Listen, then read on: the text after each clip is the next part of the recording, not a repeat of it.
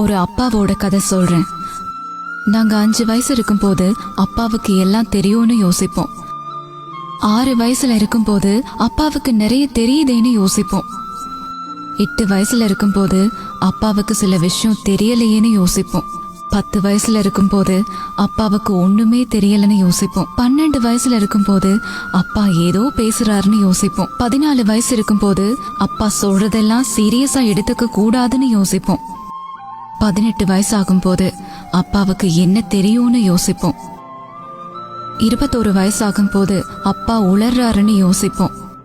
23 வயசுல அப்பாவை விட எனக்கு நிறைய தெரியும்னு யோசிப்போம். 25 வயசுல அப்பாவுக்கு ஏதோ சில விஷயம் தெரியுதேன்னு யோசிப்போம். 30 வயசுல நாங்க ஏன் இத அப்பா கிட்ட கேட்க கூடாதுன்னு யோசிப்போம். 40 வயசுல எப்படி அப்பா இதெல்லாம் கடந்து வந்தாருன்னு யோசிப்போம். 45 வயசுல